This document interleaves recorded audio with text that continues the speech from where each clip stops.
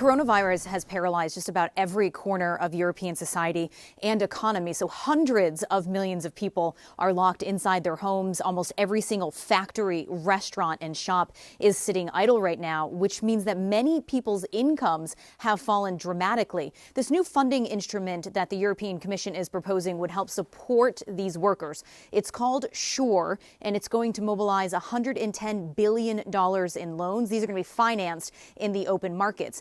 Now, those loans would go out to the countries worst affected by COVID-19, and the money would support those governments' efforts to replace a large part of their workers' lost income. When such a crisis hit, the most important part is to keep people in the companies.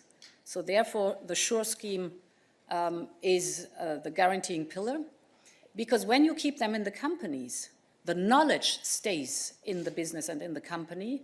And then the moment the world economy picks up again, those companies can take the order and recover quickly. Keeping money flowing into households also helps to stabilize consumption and funding for things like Social Security. So Germany has used this model quite successfully in the past, and it's seen as one of the big reasons why Germany recovered so quickly after the 2008-2009 crisis.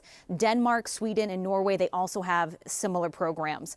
Now, these loans will be available to all EU countries. They will be guaranteed by those member states to the tune of $27 billion.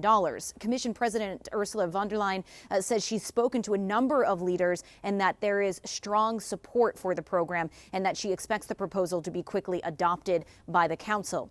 Some even see this as an alternative to the controversial Corona bonds.